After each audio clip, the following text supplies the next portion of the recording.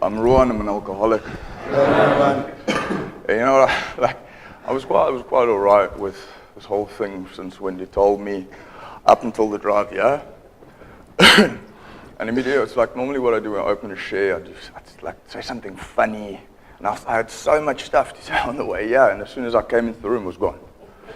Like all my funny stayed outside. So, yeah. But anyways, so I was trying to think, like, trying to control what am I going to share? I need to say this, I need to say that. But I've got nothing. I've got nothing, you know. And I kind of see it as it's not really up to me. You know, so all I am is a channel of God, and it's my story. So basically, yeah, here we go. Yeah. I share quite often about that, like I hear in shares where people say they felt different, they felt separate and apart from, and I can't, and I always share that I don't really think I felt that way, you know. I can't really see that, but maybe that's just because I kind of figured that's because I don't have any experience of at that time what was different. What I experienced is what I thought was normal. You know, but as other people have shared and others have shared their experience with me, I relate to the behaviors that other people say is not okay. Like kind of stealing your money that was supposed to go to school and buying cool drinks for your friends. You know, I used to do all that stuff, and I thought that was quite normal. No one else ever did it, but I thought it was quite normal. So, and all those selfish behaviors and all the attention seeking, and I see that stuff through other people's experiences. You know, other people's shares, and I relate to that stuff. But I can't say that I felt different. But anyway, where I do start seeing my disease be really apparent is just before high school. It's just before high school, especially. Is mostly around the attention-seeking kind of stuff, you know, with sports.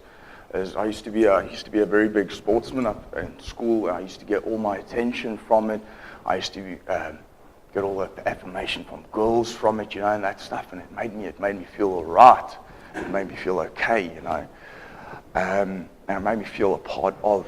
Was that's one thing always throughout my whole life is something I feared, is not feeling part of something. And it's something I've struggled with throughout my whole life, is going out of my own way to kind of make myself part of, and make myself feel a part of something, you know.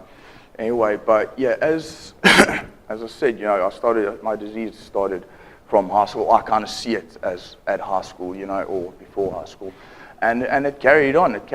You know, when leaving, I don't know, primary school, large school, going to high school, I kind of also saw where my other defects and stuff came into play, is hiding fear with anger. You know, you just come into grade 8 and I'm scared and stuff, and I showed this bravado of don't mess with me, and I showed this angry person. But quickly I could let go of that stuff as soon as the sports started, you know, as soon as I got that attention from girls, and immediately I started fitting in with people, the jocks. I was also I was the type of kid that also kind of bounced around at school. I was part of the smokers. Like, I wasn't a clever kid, so I never went there. But the smokers, the jocks, all that type of stuff, I was a bit all over the show. And I kind of see, or later on in my life, I saw myself, my personality, as a little bit of everyone around me. You know, only later on I learned that was kind of, you call it what? A social chameleon. And that's kind of was I took a little bit of everyone to make myself fit in anywhere, you know. And that I carried on through most of my childhood. I grew up in East London. Also in those early years of high school, it was the first time I had my first drink. I think it was grade 8, my first year of high school. And like my disease, or as I've learned, my disease is quickly progressive, you know. So was that first drink. I stole money from my mother. I gave a security guard. He bought me alcohol, and I took it with on a church camp. And I ended up passing out in my underwear on a dirt road and getting found by my friend's dad. immediately my first drink was drink for blackout. I drank until I was out. I woke up 60 kilometers away in his house, not having any recollection what happened, how did I get there, nothing. And funny enough, there was no real consequences for that. The only consequences I had was having to go work on their farm, which I kind of enjoyed. I'm Afrikaans, I go from Blaas. So yeah, there was no real consequences for that. But even that being said, I don't think that I didn't see that really as being a problem. I drank right through high school. I drank a lot. Drinking through exams, I drank. I would go to parties. I would be the first one at that party. I'd be the last one to leave. I'd always want more. I could never have enough. But to me, it was just that's what we did. There was no consequences for it. There was no affecting other people. As I struggle to see it affecting anyone. My behavior was manageable. I still did what I needed to do. I still went to school. I still played sports. So I can't see my life yet becoming unmanageable. But that as well. That happened, we moved from East London in 2010, we moved to Johannesburg. And immediately, new school, new people, immediately that fear set in. And straight away I showed that same thing, same defects, the same coping mechanisms, I've used my whole life. And I see that stuff, So immediately I had that. But then quickly, sports came in and everything was all right again. And I totally fixed off of all that stuff, off of the sports. It became very apparent to me last night. Someone mentioned it to me. It's like, we don't think Ruan really likes rugby. It's like, I don't think I fucking like rugby. I swore. I tried coming into this meeting, and I said something last night I was not going to swear. Peter, stop counting. But yeah, and it's true, I don't like rugby. I don't watch rugby. I don't care for it. But in high school, when I got what I wanted from rugby, it was my everything. I made it everything, And so I did with alcohol and everything else that made me feel all right later on in my life. But anyway, so 2010 we moved to Johannesburg. And the sports came in, everything was great, and life was going again, I don't care, I left all my friends behind, but immediately I had a new life, as soon as the stuff came and everything was all right, I was a part of. About 6 months into our move at Joburg, or whatever, I don't know how you say that, but we were staying in Joburg for about 6 months. I had met a girl, but like a proper girl, She was become a head girl, hockey captain, the type of stuff like movies are made of. The rugby champ and the hockey captain, that type of stuff, and it was quite amazing. On my way to our first date, I got into a motorbike accident. I got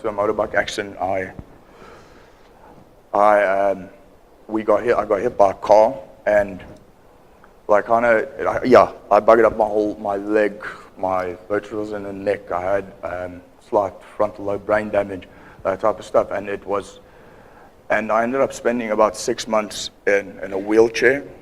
I was in intensive care for about a month, and in that my life changed. Where there was no more sports, there was no more tension, there was no more anything. Everything I had to make myself feel all right was in that moment was gone.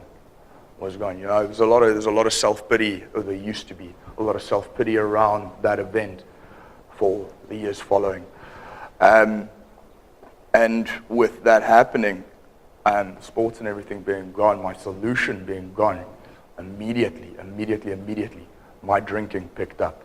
I also, in that same year, I got introduced to street drugs.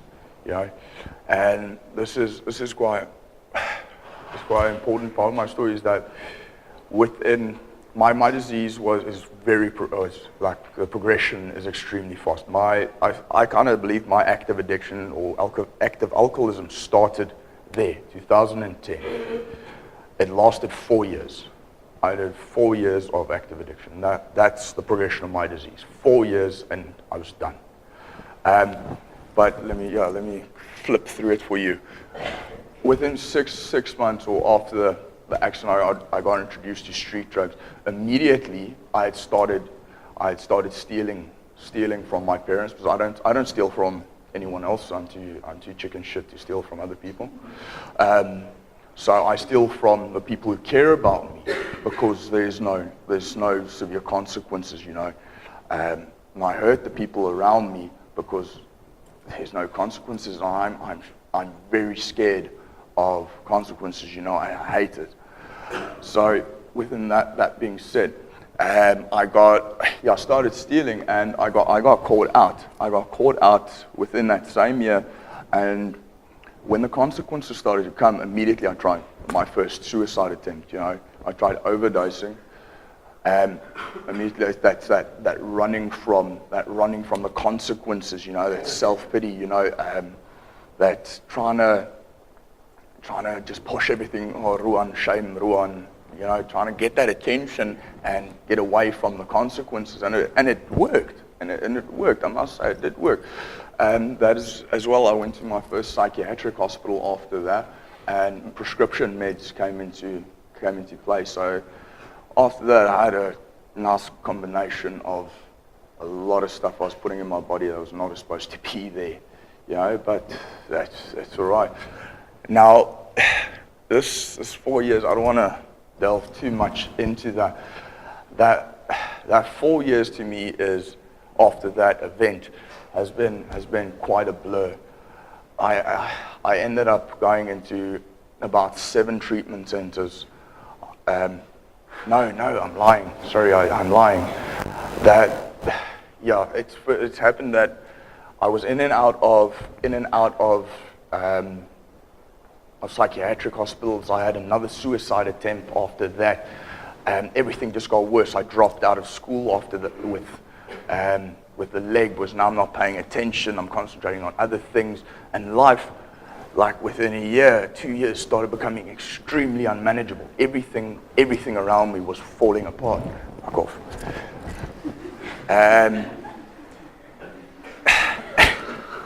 Shit. And everything I held dear, I had started losing. The friends, the relationships I held so dear, everything was just falling apart. In December 2014, I got put into my first treatment center. Honestly, I did not want to be there. I did not want to be there. But quickly I found the reason to be there. Her name is still Elaine.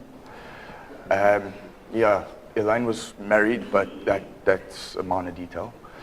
I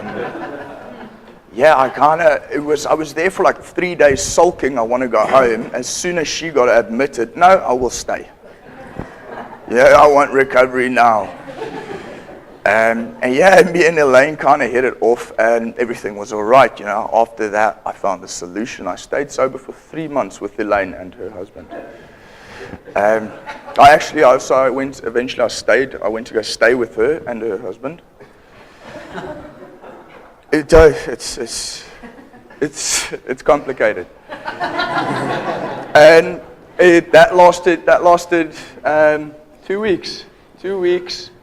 And I left there.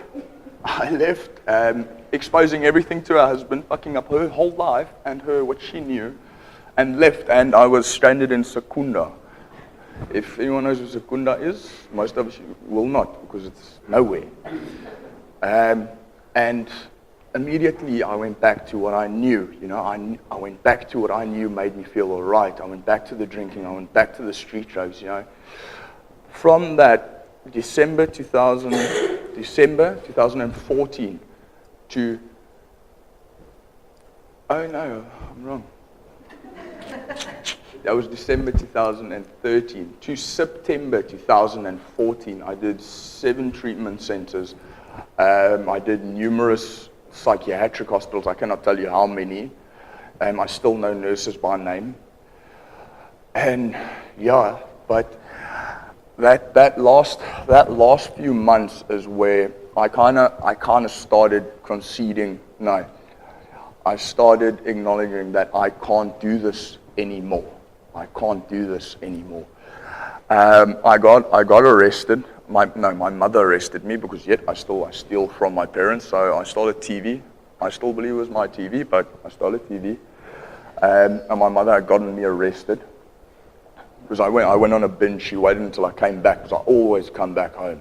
And I passed out, and she called the police, and she had me arrested.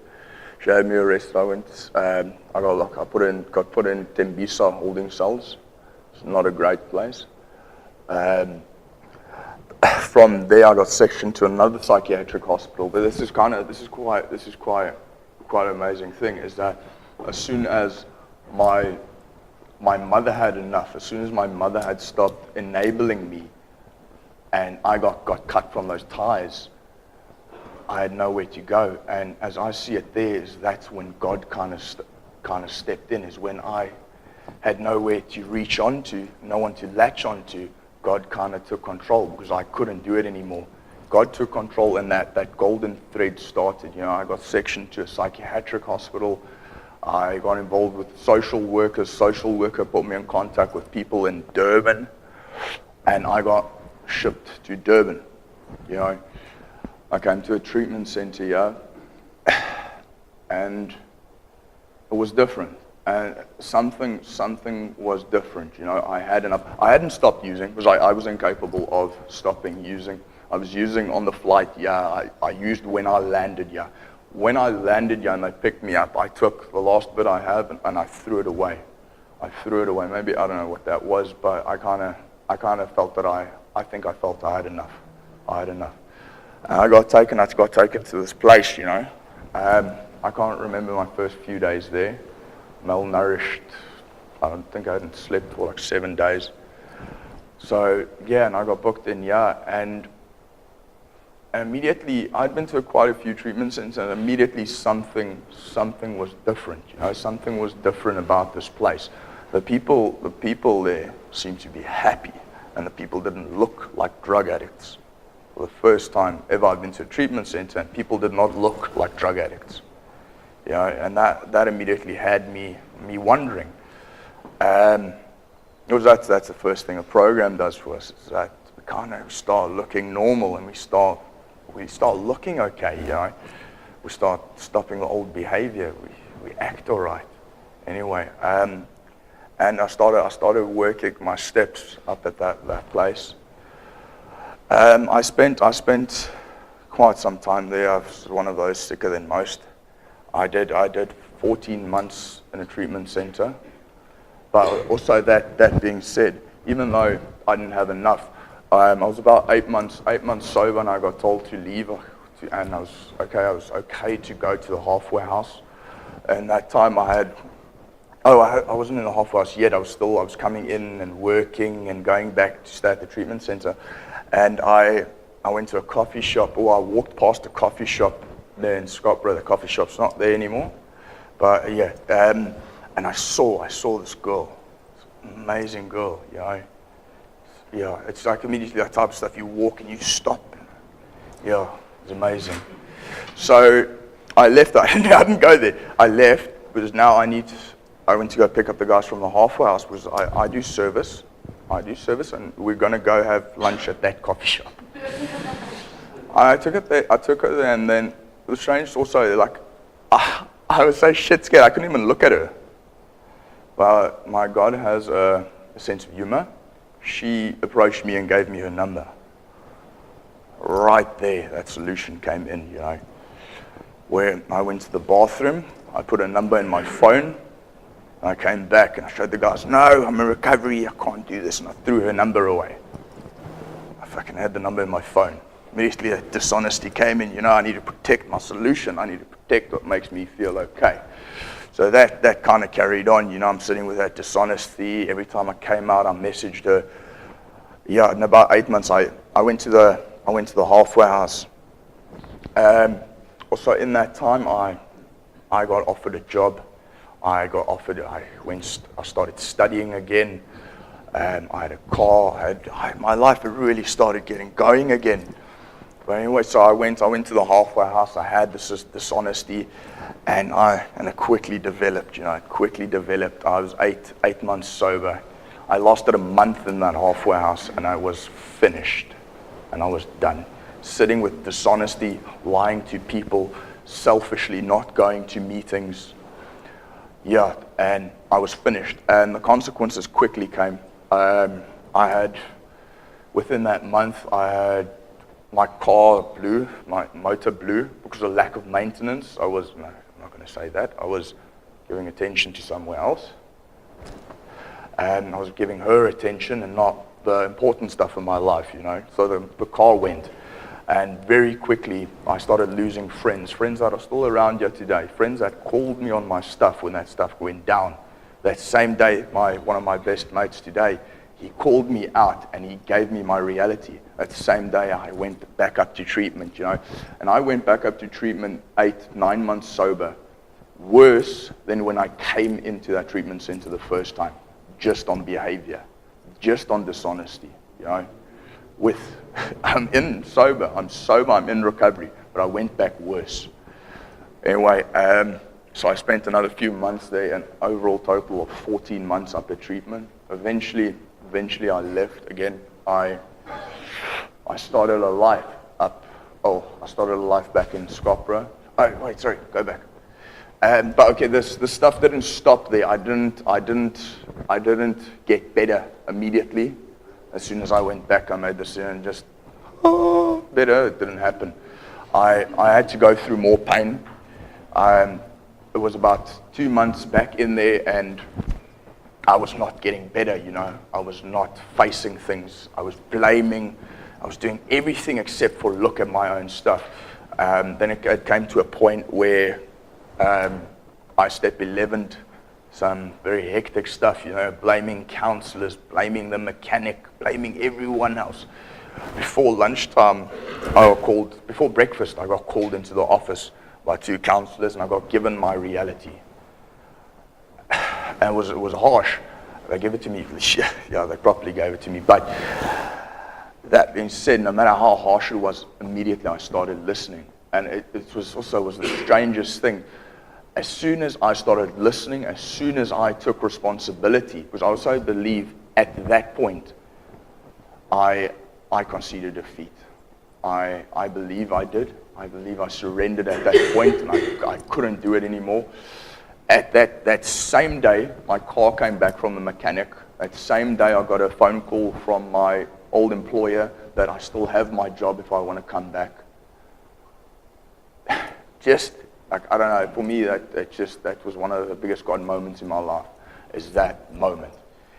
Anyway, so eventually I left treatment. I moved into a flat in Pennington with one of my same friend that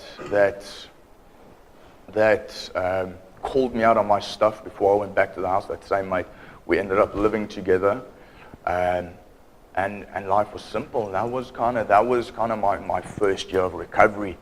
It was like that stuff going on, but as soon as I let it go and I started keeping it simple, life started getting good. Life started getting good.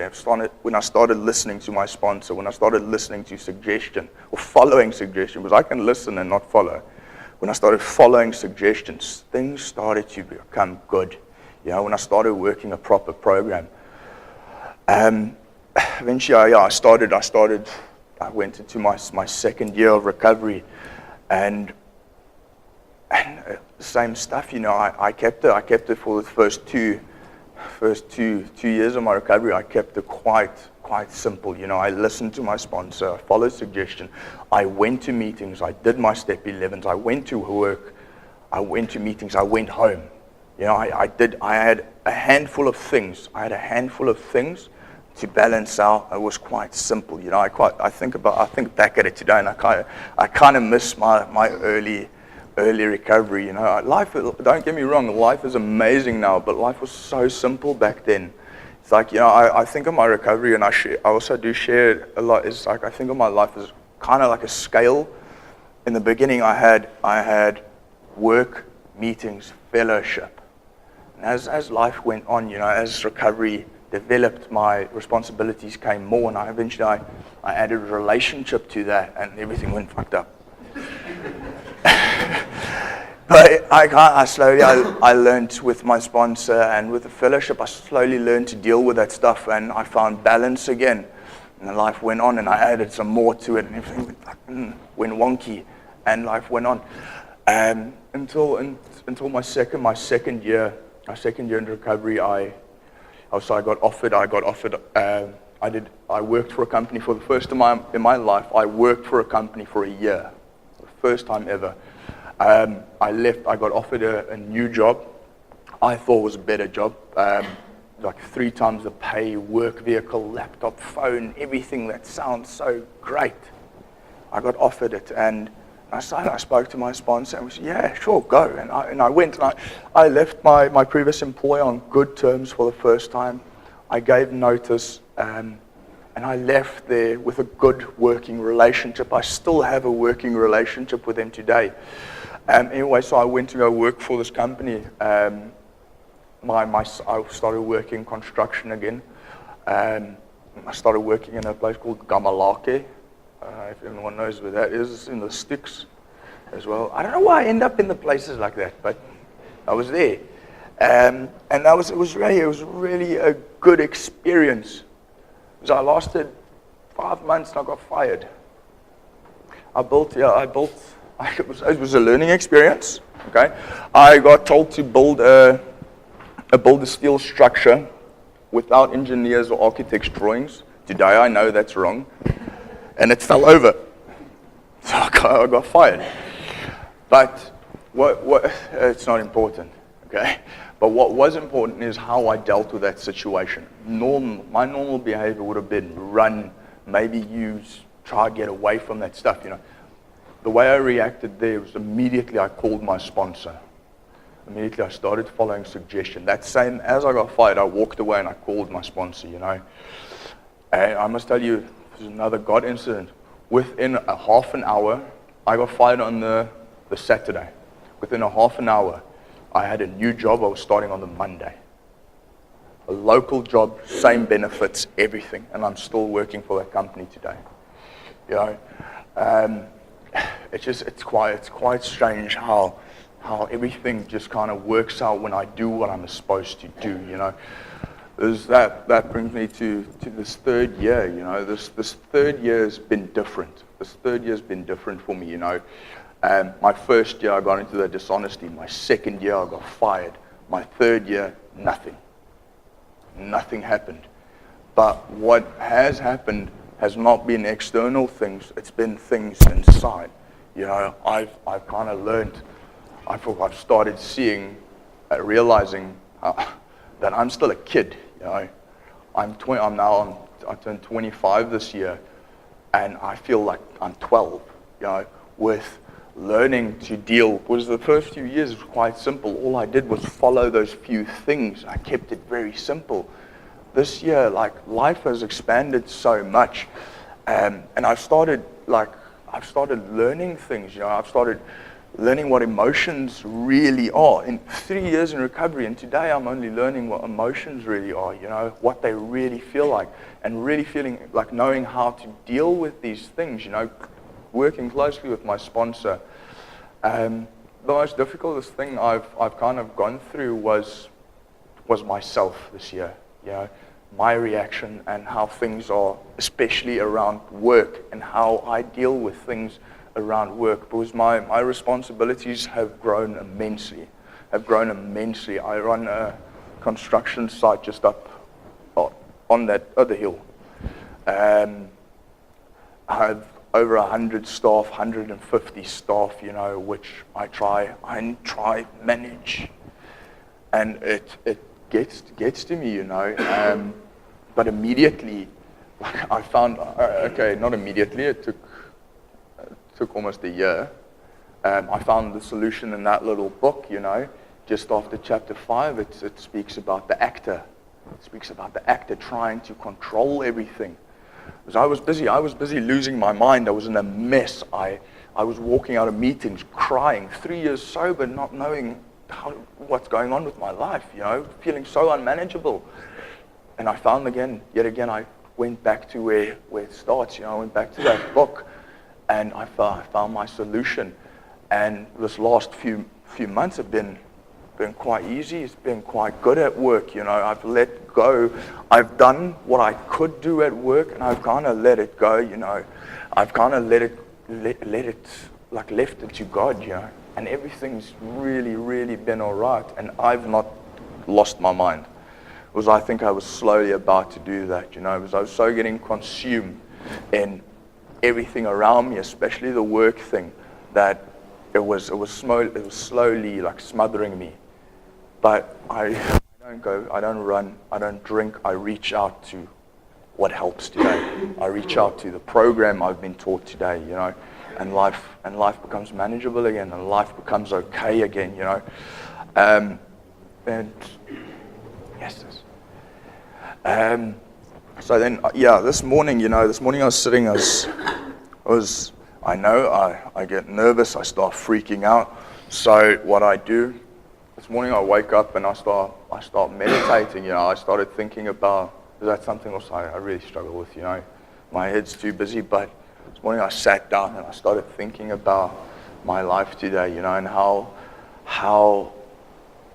much things have changed, Driving, I look around, and basically everything around me is a reminder of why not to drink again, The relationship I have today, my partner is yes, I don't think I could have asked for anyone better, God couldn't have given me anyone better. And I'm extremely grateful to her, or for her. I struggled with that stuff. I struggled with being alone, I struggled with not being in a relationship. And I was at a convention 2 years ago in Pretoria, and someone shared, it was at that same time I was going through that relationship stuff, and someone shared and said that God did not put you here to be alone. God is preparing you for someone and preparing someone for you. And I firmly believe that today, Because I met this person, and we've been together for almost over 2 years now. It's the longest relationship I've ever been in, and it's only getting better. We have our ups and downs, but it doesn't compare to other relationships I've been in. This is really one of the best. And then the relationships I have with people in my life today, the working relationships I have with people today, my friends today. I've never had friends like I have today in this fellowship. It's really just amazing. Everywhere I go, I feel part of. I go to work. There's people that moved in. I'd say that's part of the fellowship. And I'm at work. I feel a part of. I go home. My future parents-in-law, they know my situation, so they're quite, and I can work a program. So I know, and the first time ever, even around normal people, I feel a part of. And then everywhere else I go, there's someone in the fellowship, and I feel a part of, which I couldn't wish for a better life today, as the life I have, the life a program has given me. So I'm extremely grateful, and thank you for letting me share.